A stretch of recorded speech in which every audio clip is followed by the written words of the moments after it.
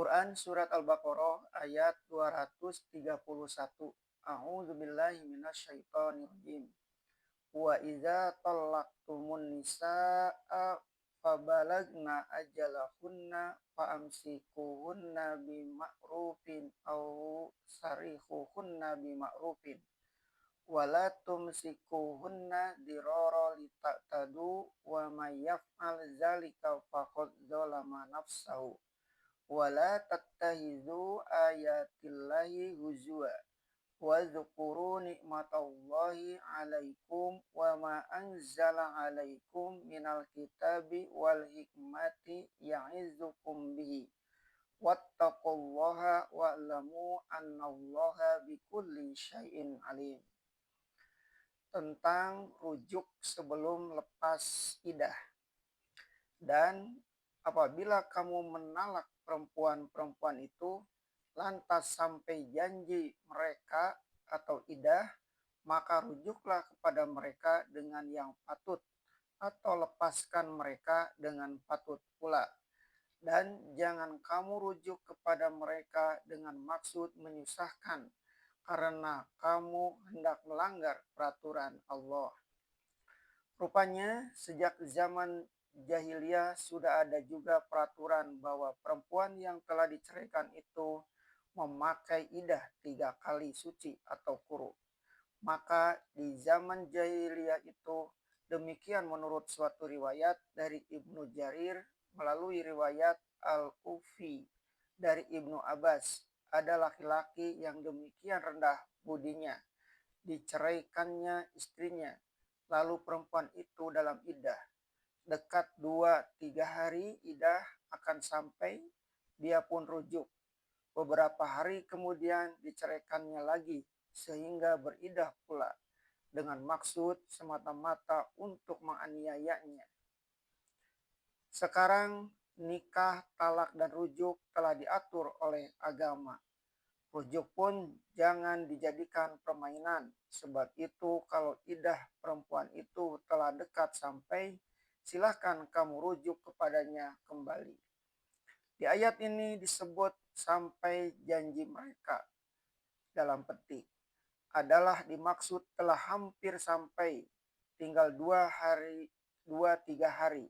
Seumpama orang menuju kota dalam perjalanan musafir, setelah kelihatan kota itu dari jauh, orang itu berkata, kita telah sampai, atau lepaskan dengan sepatutnya, yaitu jika tidak dirujuk, biarkan selesaikan idahnya supaya dia bersuami lain. Janganlah rujuk dengan maksud menyusahkan, sebagaimana perbuatan hina dari orang-orang jahiliyah itu, yang memandang orang perempuan sebagai makhluk yang biasa dipermain-mainkan saja atau disiksa melepaskan sakit hati. Dan barang siapa yang berbuat demikian, sesungguhnya dia telah menganiaya dirinya sendiri. Dia dengan berbuat demikian adalah menyusahkan dirinya. Sebagaimana pepatah bangsa kita, laki-laki semalu perempuan serasa. Penderitaan yang ditimpakannya kepada istri yang dianiayanya itu akan dilihat dan diperhatikan oleh perempuan yang lain. Akan sukar orang perempuan lain menerimanya menjadi suami karena dikenal sebagai penganiaya perempuan. Dan janganlah kamu ambil ayat-ayat Allah jadi permainan. Sebab perbuatan yang demikian adalah mempermainkan ayat Allah namanya. Dibuka Tuhan pintu idah dengan peraturan, tetapi kamu permainkan peraturan itu untuk melepaskan hawa nafsumu yang buruk. Dengan demikian, pelanggar yang seperti ini diberi 2 ancaman.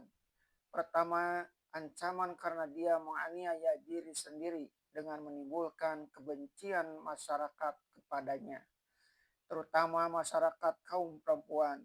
Kedua, dipandang sebagai orang yang mempermainkan peraturan Allah sehingga menjadi kebencian Tuhan.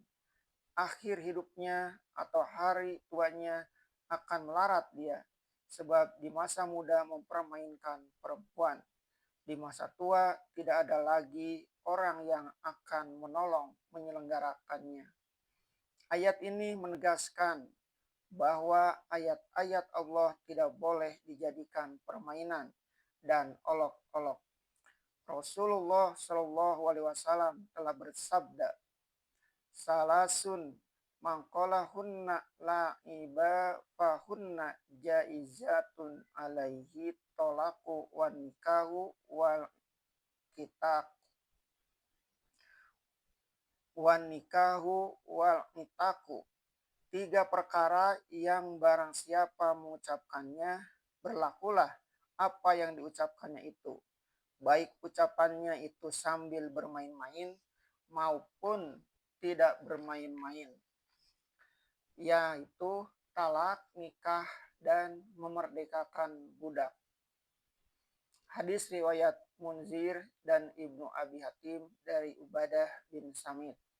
Menurut riwayat Ibnu Mardawaihi dari Abid Darda, beliau ini berkata, ada orang yang menalak istrinya lalu dia berkata, aku menalak main-main saja, dan dia merdekakan budaknya lalu dia katakan pula bahwa dia hanya berolok-olok saja. Maka datanglah ayat ini yang berkata, jangan kamu ambil ayat-ayat Allah menjadi permainan. Dan bersabda Rasulullah Shallallahu Alaihi Wasallam, man tolako au atako faqala la'ibtu falaisa qauluhu bisyai'i yaqau alaihi fayal zumuhu. Barang siapa yang menalak atau memerdekakan lalu dia berkata bahwa itu hanya diucapkannya secara main-main, maka perkataannya itu tidak diterima sedikit pun, melainkan perkataannya itu berlaku dan wajib dipenuhi.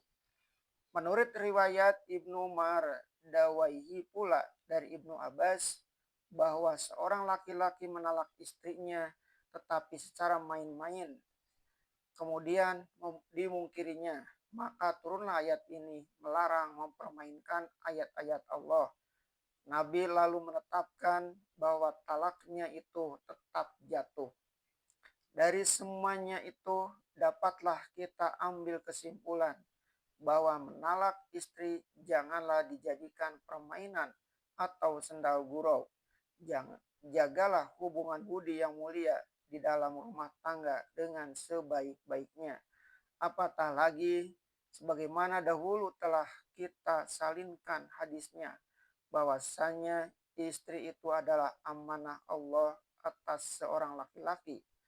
Baru halal dia mendekatinya dan berseketiduran dengannya setelah dibacakan kalimat Allah. Adakah patut amanah Allah yang begitu berharga yang diserahkan oleh walinya dengan melalui ijab qabul hanya akan dihabiskan sambil main-main? Nyata pula lah bahwa laki-laki yang mempermain-mainkan talak itu adalah seorang laki-laki yang tidak berbudi. Dan ingatlah olehmu akan nikmat Allah atas kamu. Nikmat yang menjadi puncak segala nikmat ialah dikirimnya kepada kamu Rasul untuk membimbingmu menjadi manusia yang baik, membimbing peraturan dalam rumah tangga dan bersuami istri. Kamu yang dipatrikan atas mawaddah, yaitu kasih sayang, dan rahmah, belas kasihan. Dan apa yang telah dia turunkan kepadamu, kamu daripada kitab dan hikmah yang telah dinasihatkannya kepada kamu dengan dia. Dan apa yang telah dia turunkan kepada kamu daripada kitab dan hikmah yang telah dinasihatkannya kepada kamu dengan dia. Demikian besar nikmat itu. Ada Rasul, ada kitab, ada hikmah, dan ada pengajaran. Apa kurangnya lagi?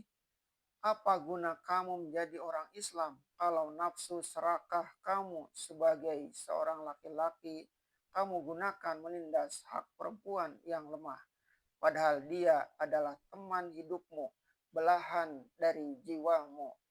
Padahal Nabi diutus Allah, diturunkan, dan hikmah dibukakan oleh Nabi. Dan pelajaran disampaikan ialah untuk membentuk budimu, mengeluarkan kamu dari sifat-sifat dan perangai buruk serta adat-adat yang keji di zaman jahiliyah. Maka kalau perangaimu terhadap perempuan tidak juga berubah, padahal tidak ada yang kurang peraturan dalam Al-Quran, apa artinya kamu menjadi orang Islam?